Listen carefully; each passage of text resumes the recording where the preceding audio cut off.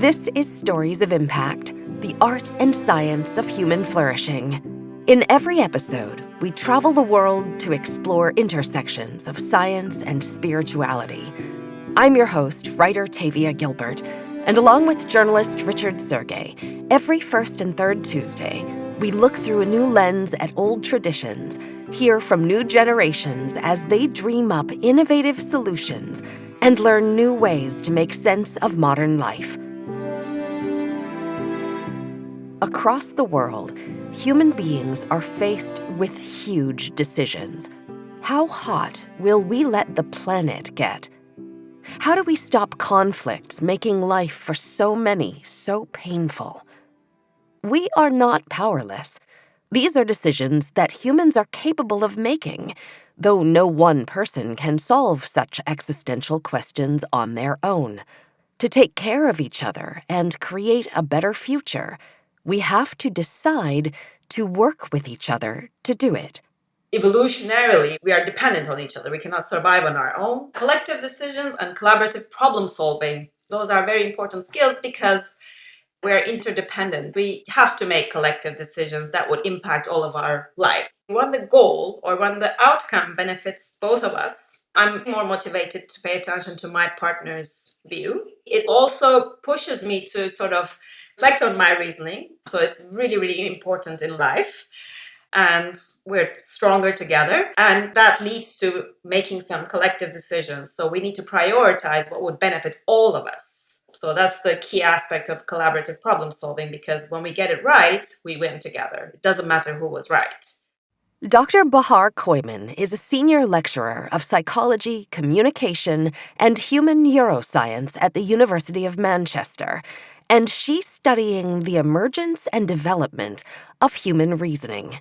All these skills that we have, why do we have them? What is the evolutionary function? Imagine a long time ago, we're hunting together. If I hunt on my own, the food I will get will be very small. But if we hunt together, we'll probably get much larger food. It's going to increase or improve our individual payoff. When we're hunting together, I'm saying we need to go left and you're saying we need to go right. We need to decide which way we need to go, but we need to stick together. Otherwise, we're going to go home hungry. And if I say, as long as I'm not hungry, I don't care if we go left or right. I want to make the right decision. In history, those people who were concerned about being right or they didn't survive. So those who stick together and collectively made better decisions were the groups that were more likely to survive. What's the core question of Dr. Köymen's research? Do collectives make better decisions than individuals? This is a big question because on the one hand, yes, especially when I'm reasoning with someone who disagrees with me, that person helps me realize what kinds of biases I have. I must have made a mistake. I might not have been careful, etc. So we cancel out each other's errors and biases. But on the other hand, imagine you're reasoning with someone who agrees with you. We are less likely to catch these kinds of errors and biases. And as collectives, we do make some terrible decisions. As a developmental psychologist, to better understand how humans develop collective reasoning, Dr. Köymen is taking an unusual approach by studying children. Generally, when you say human population, everybody lumps children and adults into the same group. Looking at younger ages is always more interesting to me, and I argue that young children are a different population. They're not just human population, but they're a special human population that we need to pay attention to. Children are not just little adults. They have their own logic, they have their own reasoning, they have their own biases, if you will. They tend to make some mistakes, but they're clever mistakes. When you do experiments with adults usually tend to predict what you're trying to do. And we have this social desirability effect, meaning that they don't necessarily give their honest responses, but they try to look nice, or they know that if they say their honest opinion, they might be sort of judged. Whereas young children don't have that kind of filter. So they are a bit more primitive in some ways. So it allows us to see the true nature. Including children in her research is not just to satisfy her curiosity. It serves a higher purpose. I'm just curious about what children do at what age to begin with, how those things change with age, and then the bigger picture of how is that going to serve like humanity and all. I guess the biggest question is what makes us uniquely human, and whatever that is, how does that emerge within a life of an individual, and how does that progress? That's the question I'm investigating. Will children benefit from this kind of process? And whether that process makes them better reasoners later on. Dr. Köymen believes the answer is probably yes. Young children rely on others to learn about the world. Even if the collectives don't make the correct decisions per se, just the process itself, just to exchange ideas, justify our beliefs by reasons, they can benefit from this collective reasoning. So Dr. Köymen's research partners are 3-year-olds, 4-year-olds, 5, 6, 7-year-olds. What is it about 3-year-olds that gives Dr. Köymen a good entry point for studying collective decision-making? According to some theories, age 3 is a turning point in children's social and cognitive development, meaning that children start understanding that I have a perspective and another person may have a different perspective. So at age 3, children start appreciating that people might have different perspectives, but they tend to sort of understand all perspectives in relation to another. Your perspective in relation to mine. Let's say we're trying to make a collective decision and we have different ideas. I propose solution X and you propose solution Y. For us to reach a correct joint decision, I need to explain to you my reasoning. Why do I believe X? And you explain to me why you believe in Y, and then we compare our reasons, and then we go with the solution supported by a better set of reasons. Age 3 is a critical point in which children start engaging in this kind of collective reasoning and are able to make these rational collective decisions. Dr. Köymen designed a research study to investigate kids' collective decision-making, including exploring whether children can understand that others may have false beliefs. She explains. We set children up in different scenarios. For instance, we assign children a partner. Oftentimes, we set them up in a collaborative decision-making process, meaning that it doesn't matter who is right, as long as the two of them agree on the correct choice, they will both get a reward. And then the partner, for instance, who is an experimenter, sometimes a same age peer, we set it up in such a way that from the perspective of the participant child, the partner makes a mistake or partner is unaware of certain facts that would allow them to reach the correct decision. And then we observe how children track the perspective or knowledge state or the beliefs of their partner and intervene if necessary. How does Dr. Bahar create these conditions for 3-year-old research partners? Let's say we need to decide where a toy is hidden and there are 2 boxes.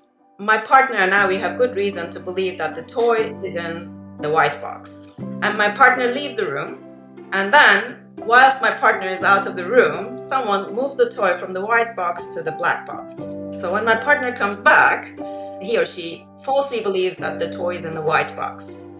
And he or she is about to make a mistake and choose the white box on our behalf, and we will lose the game. So what I would say, no, don't do that. I saw it moving to the other box. So my job is to tell my partner that situation has changed. I need to correct the false belief of my partner. And then obviously we have some true belief conditions in which the partner leaves the room, toy moves around but goes back to the original location. So when my partner comes back, my partner doesn't have a false belief anymore, and I don't need to say anything. My partner can choose the white box on our behalf. The scenarios Dr. Köymen describes are called change of location tasks, which are frequently used in studies of children. But in typical studies, children are limited to observing and answering questions, and Dr. Köymen prefers a more interactive approach. Instead of interviewing children and making it an interview study, we created this collaborative paradigm and placed the children in the scenario. So they're involved in the process. Arguably, that would motivate them to track the knowledge state of their partners a little bit better.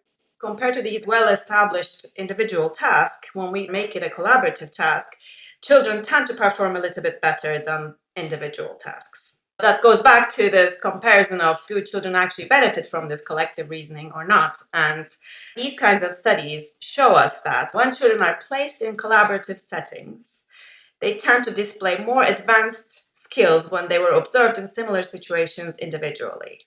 The design of such scenarios changes depending on the age of the participant. Older kids don't have problem understanding that people might have false beliefs. But with older kids, we sometimes set them up. We take 2 5-year-olds, for instance, and we give them conflicting information. I talk to child A and tell them that the correct solution is X. And I tell B separately that the correct solution is Y.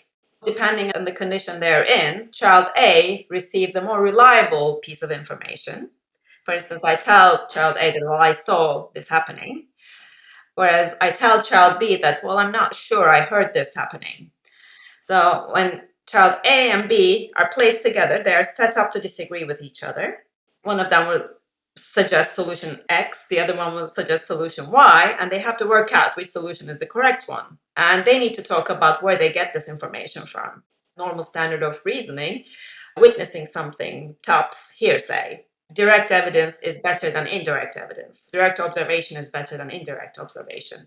So then they would go with the suggestion of child A, whose information comes from a more reliable source. Dr. Köymen's study also investigates how bias shows up in collective reasoning.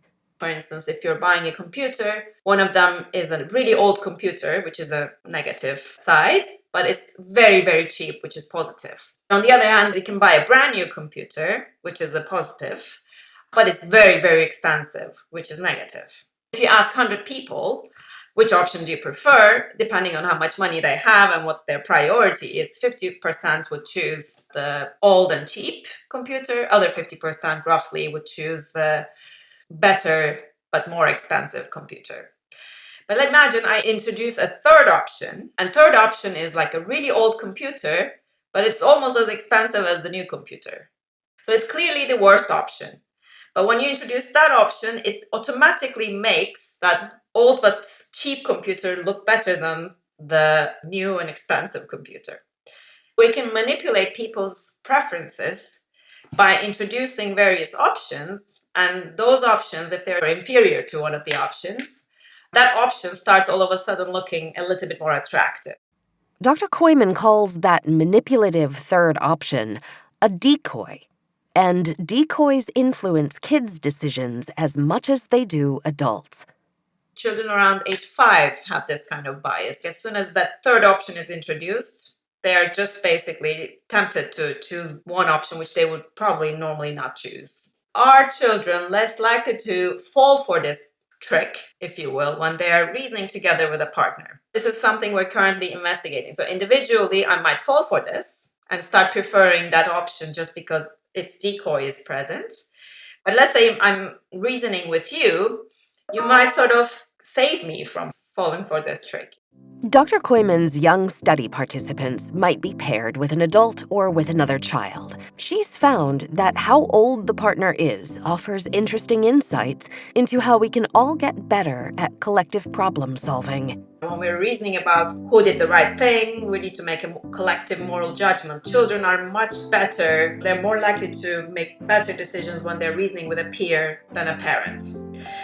Meaning that when they're reasoning with someone more advanced than them, they sit back and wait for the adult to make the decision for them and guide them. They don't say much.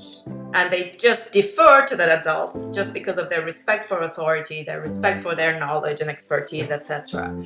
Because they think they know better. But when they're reasoning with a peer, they think, okay, this person is just as good as me or just as stupid as me. Again, it comes to this equal respect. So my perspective is as important as my partner's perspective.